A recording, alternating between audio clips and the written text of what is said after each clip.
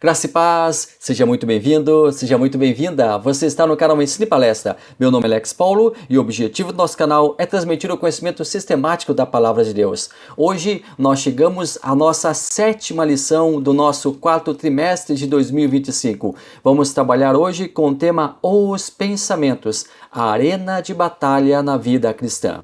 Nosso primeiro tópico traz uma visão introdutória, a experiência de Adão e Eva, conceito e origens, características dos pensamentos. A lição de hoje, ela nos leva de volta ao Jardim do Éden. O livro de Gênesis, ele serve de introdução básica a toda a Bíblia Sagrada. Sem esse primeiro livro, nós não teríamos o entendimento que temos hoje. Imagine a Bíblia Sagrada começando com Apocalipse, falando sobre o final dos tempos.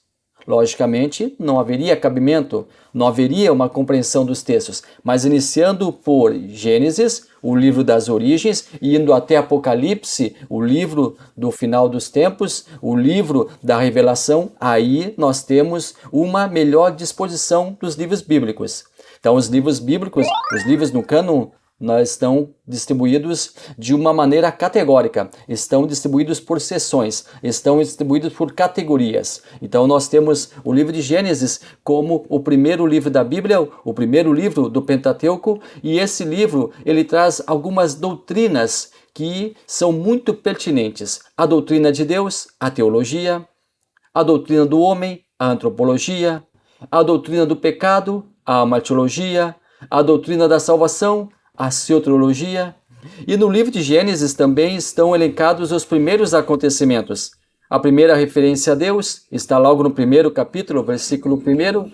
A primeira referência ao Espírito Santo está no segundo versículo do capítulo 1. A primeira referência a Cristo está lá no capítulo 3, versículo 15.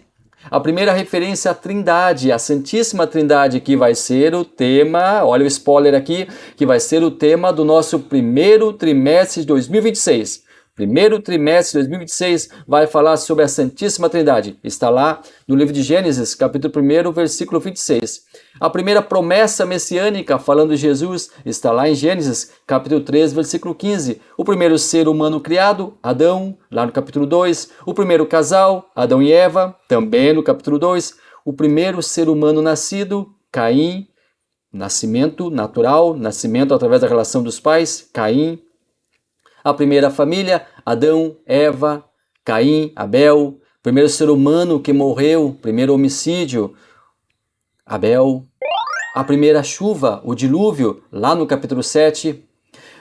A criação, nós temos ali, dentre tantos assuntos, o início, a criação. Deus criou o céu e a terra. Uma pequena frase que encerra uma verdade absoluta, porque nós somos criacionistas, Deus é o Criador. Como cristãos, nós cremos piamente nesta afirmação: Deus criou o céu e a terra. A ciência, ou a pseudociência, tenta repudiar essa afirmação. Porém, o verdadeiro cristão e a verdadeira ciência não podem negar a existência de um ser supremo. Nós temos o deísmo, que é a doutrina que, apesar de admitir, e aqui nós temos o conceito do pastor Claudionor de Andrade, um dos maiores teólogos da nossa igreja que nos deixou neste ano. A existência do supremo ser, Deus, ensina a não estar ele interessado no curso que a história toma ou venha a tomar. Noutras palavras, de acordo com o deísmo, Deus limitou-se tão somente a criar e abandonou-nos a seguir a própria sorte.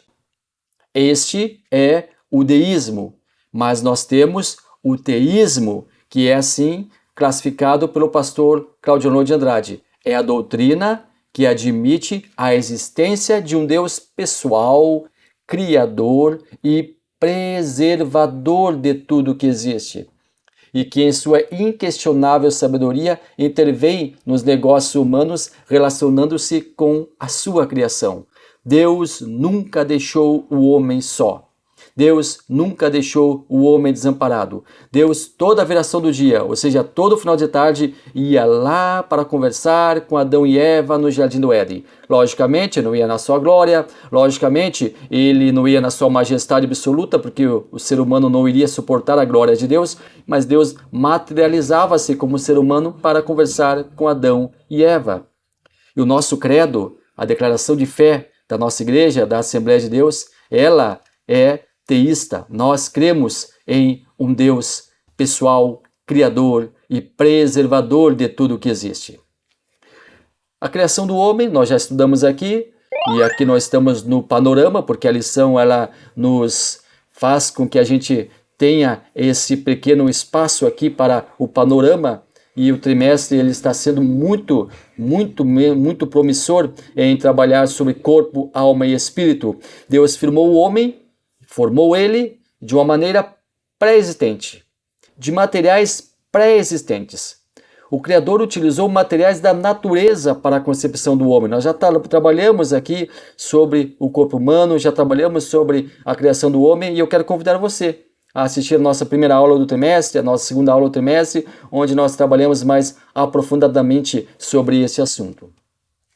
Algumas considerações acerca da criação do homem. Deus criou o homem com inteligência. Deus criou o homem com possibilidade de escolha, o chamado livre-arbítrio. Deus criou o homem para reinar sobre a natureza, para reinar sobre os animais. Deus criou o homem à sua semelhança e moldado no seu caráter. Deus criou a terra do nada e criou o homem de quase nada. Deus criou o homem do pó da terra, fora do jardim do Éden que sequer existia naquele momento. Algumas considerações acerca da criação da mulher. A mulher foi criada da costela de Adão. Isso é muito emblemático, porque a mulher ela deve estar do lado de Adão, do lado do homem, do lado do seu marido, do lado do seu esposo, porque ela foi tirada do lado. Ela não está acima e também não está abaixo do homem, lado a lado, homem e mulher, com as mesmas garantias, com os mesmos direitos. Deus poderia ter criado a mulher a partir de um fio de cabelo, por exemplo, mas não fez, para que a mulher não pensasse que seria líder sobre o homem. Mas também Deus não criou a mulher a partir da unha do pé de Adão, por exemplo. Não fez isso para que o homem não pensasse que a mulher fosse um ser inferior. E a mulher não é um ser inferior. A imagem de Deus, Imago Dei. E criou Deus o homem à sua imagem. A imagem de Deus o criou. Isso quer dizer que Deus criou o homem com atributos que lhe são peculiares. Alguns atributos da Santíssima Trindade estão no homem: a inteligência, a decisão, o amor, o sentimento, o domínio. Agora, alguns atributos incomunicáveis Deus não colocou no homem. Por exemplo, eternidade faz parte da Santíssima Trindade, somente a Santíssima Trindade tem o atributo da eternidade. Outro atributo incomunicável que só a Santíssima Trindade tem, onisciência, saber de qualquer coisa antes que essa coisa aconteça, e dentre outros também. Então, Deus criou o homem e criou a mulher. Criou o homem com 3 faculdades nobres: a compreensão, a vontade e o poder ativo. E ali no Jardim do Éden, e muitos estudiosos ensinam que o Jardim do Éden ficava onde atualmente está o sul do Iraque. Porém, essa localização, nós podemos e devemos deixar muito claro, é alvo de muitas controvérsias. Ok? É alvo de muitas controvérsias. Nós já falamos aqui sobre a tentação no nosso vídeo, e muitos acreditam que a tentação foi o ato de relacionar-se homem e mulher. Não foi, porque a intimidade ela foi criada por Deus para o homem e para a mulher, e não tem nada de errado nisso. Homem e mulher casados devem ter relacionamento. O próprio casal já havia recebido esse presente de Deus. Deus já havia incumbido o homem de se multiplicar. E como é que haveria de se multiplicar? Somente através da intimidade deles. O casal estava sozinho no jardim. Eles somente poderiam relacionar-se um com o outro. Então, o ato íntimo é pecado quando praticado fora do casamento. Mas dentro do casamento, a instituição de Deus, como ali no Jardim do Éden, é a bênção de Deus. E ali existiam duas árvores, a árvore da vida, colocada no centro do jardim para servir de pacto entre Deus e o homem, avisando da via eterna que o homem teria se fosse fiel ao seu Criador, e a árvore da ciência do bem e do mal. Quem comesse dessa árvore teria o pleno conhecimento de todas as coisas. Adão e Eva andavam nus pelo jardim, mas não se importavam com isso. Eles não tinham maldade. Eles ainda não conheciam o mal. Eles apenas tinham o conhecimento do bem. Somente depois de experimentarem o fruto da árvore da ciência do bem e do mal, eles tiveram pleno conhecimento do bem e do mal. Eles tiveram consciência. Então eles comeram da árvore do bem e do mal. A árvore da vida eles não comeram, porque Deus falou, para que o homem não se faça semelhante a um de nós e não coma da árvore da vida, então ele deve ser tirado do Éden.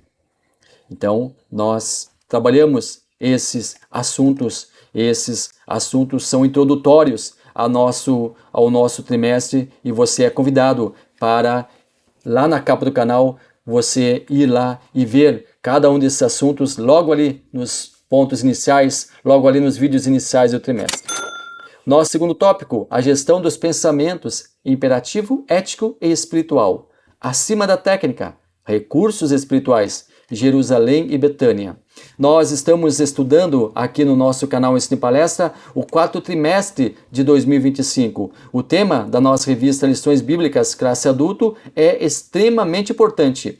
Corpo, alma e espírito, a restauração integral do ser humano para chegar à estatura completa de Cristo. Nosso comentarista é o pastor Silas Queiroz, que está nos ajudando, que está nos presenteando com o trimestre magnífico. Nós estamos sendo presenteados com a unidade corpo, alma e espírito, entendendo o que é dicotomia, o que é tricotomia, o que é monismo, já trabalhamos sobre isso, já trabalhamos também aqui sobre a consciência, já trabalhamos várias variantes do corpo, estamos estudando sobre a parte imaterial chamada alma, depois nós vamos estar sobre a parte imaterial chamada espírito e continuamos aqui no nosso conteúdo, continuamos aqui estudando a palavra de Deus e é bom ter a sua companhia.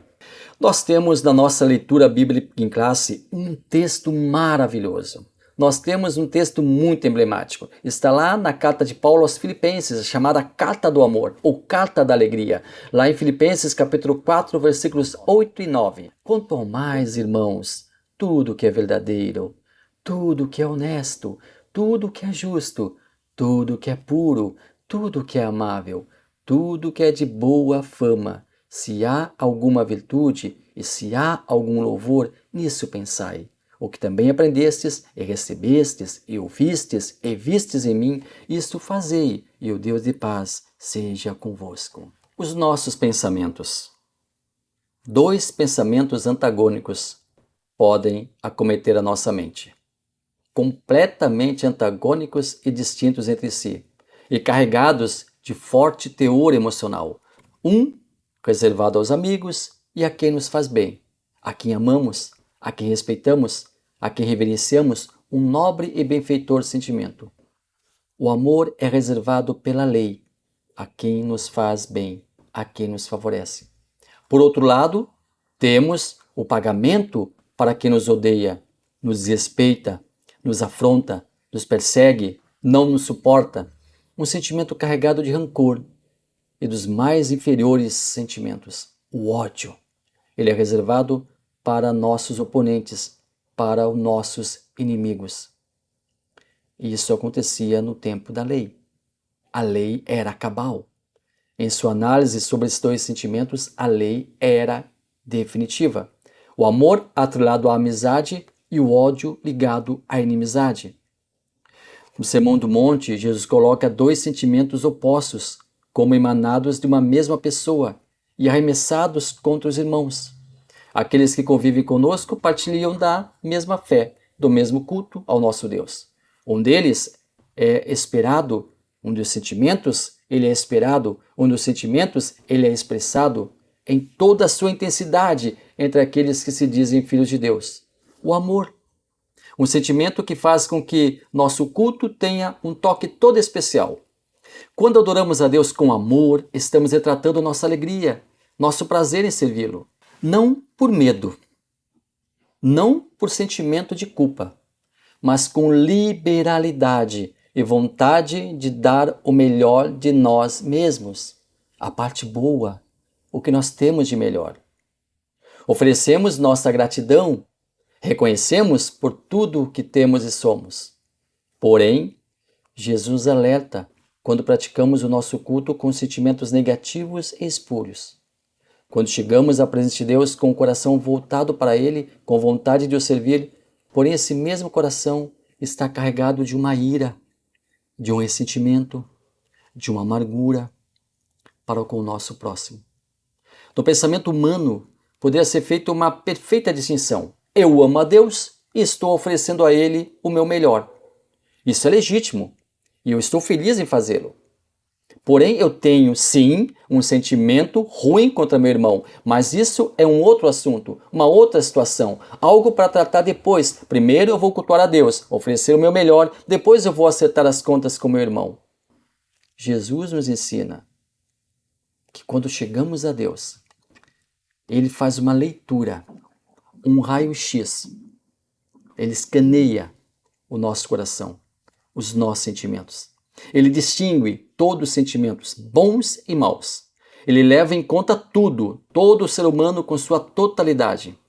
Ele não aceita o sentimento bom e sincero, não reparando na sua ira escondida, na sua ira estancada. Ele simplesmente traça um diagnóstico do ser em sua integralidade. Se houver um resquício de maldade, toda oferta, todo culto é imediatamente desprezado por Deus. Ele não aceita. É perda de tempo. Nos tempos bíblicos, em que as pessoas levavam ao sacerdote suas ofertas de sacrifício, todo o esforço de escolher o melhor animal, sem mancha, sem defeito, perfeito para ser oferecido em sacrifício pelo pecado humano, era simplesmente desprezado pelo Altíssimo. No nosso tempo, todo o esforço de estar na igreja, na hora marcada, de cumprir com a escala de trabalho no culto, de dedicar horas em ensaios ou preparativos do sermão, tudo pode ser inutilizado se não for aceito por Deus, uma vez que o coração do ofertante, do cultuador, está dividido entre o amor a Deus e o ódio a seu irmão. O culto torna-se uma grande dicotomia. Entende-se dicotomia a separação entre duas coisas completamente distintas entre si. Por exemplo, o amor e o ódio. O nosso último subtópico é interessante. Ele fala de Jerusalém e Betânia.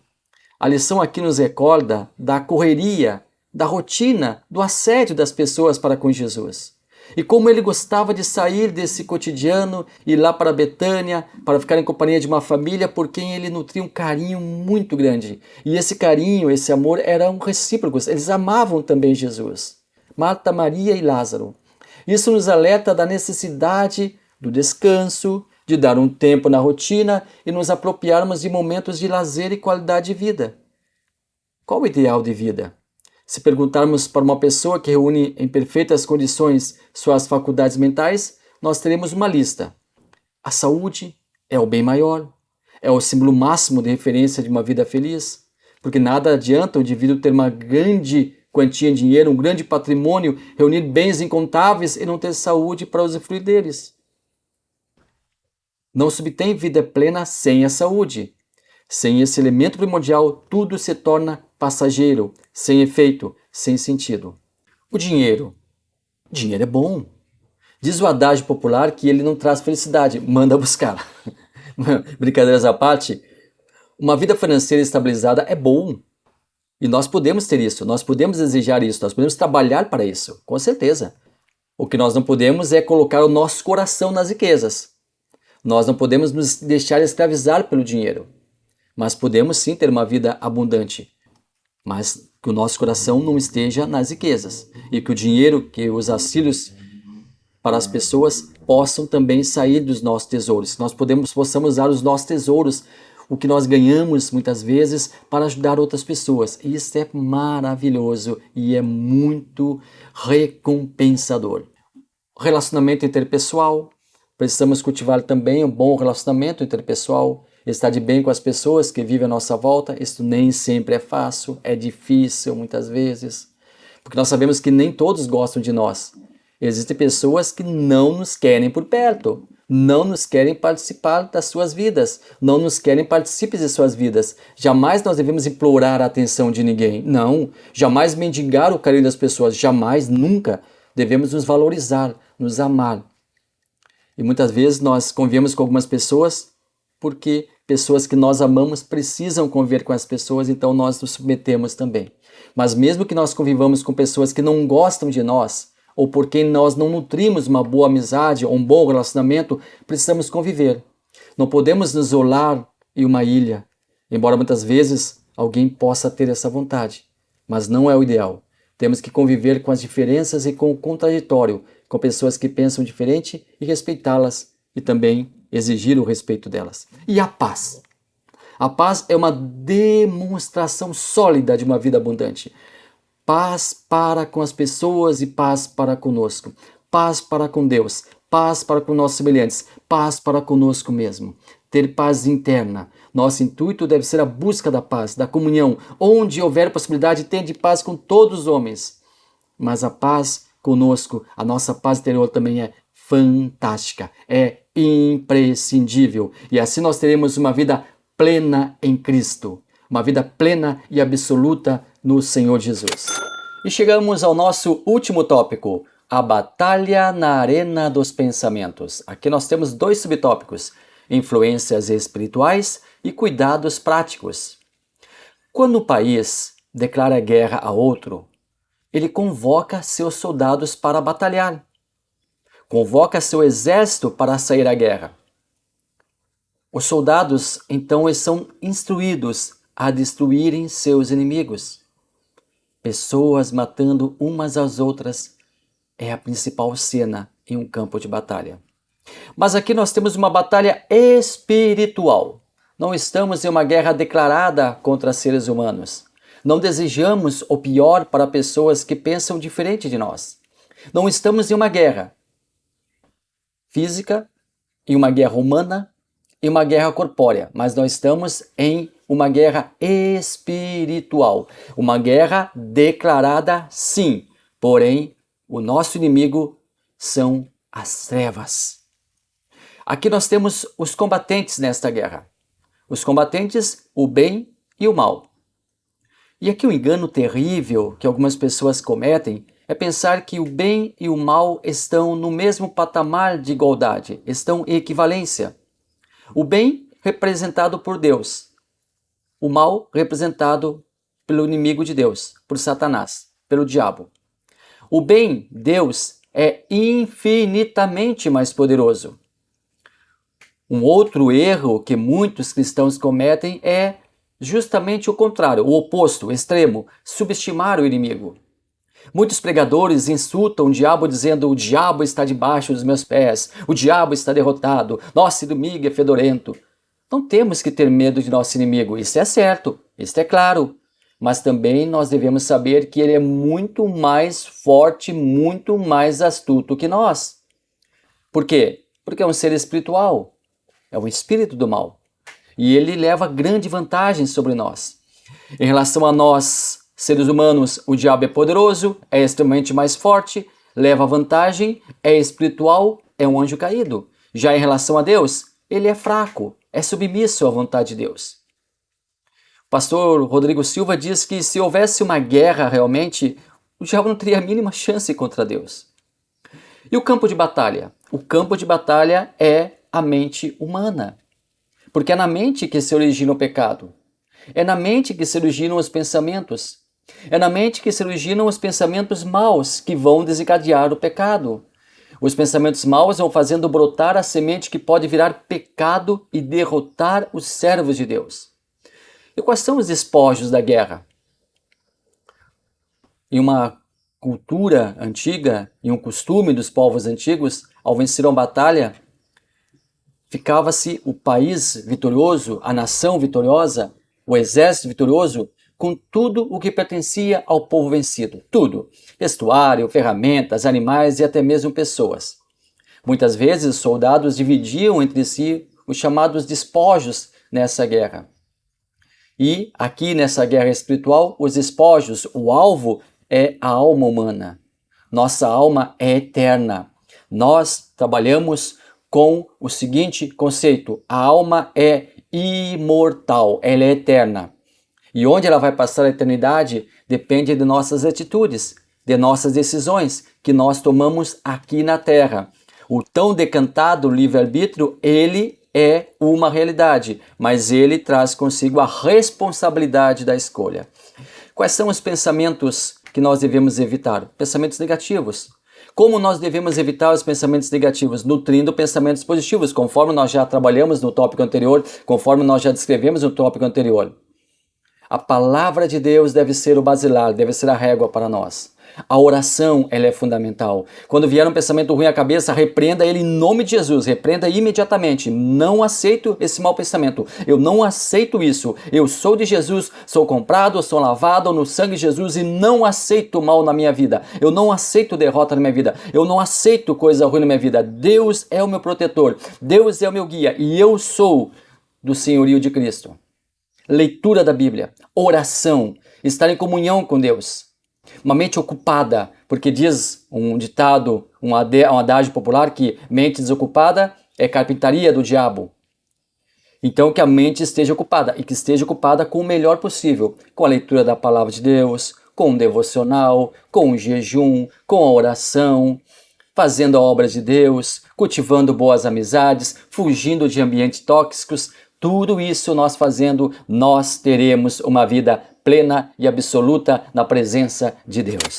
Muito obrigado a você que esteve até aqui conosco, muito obrigado pela sua companhia, espero que você tenha gostado do vídeo. Se gostou, deixa o like, se gostou, deixa o joinha, se gostou, volte ao nosso canal, esteja no nosso canal mais vezes e nós teremos muito prazer em receber você. Deus abençoe maravilhosamente a sua vida.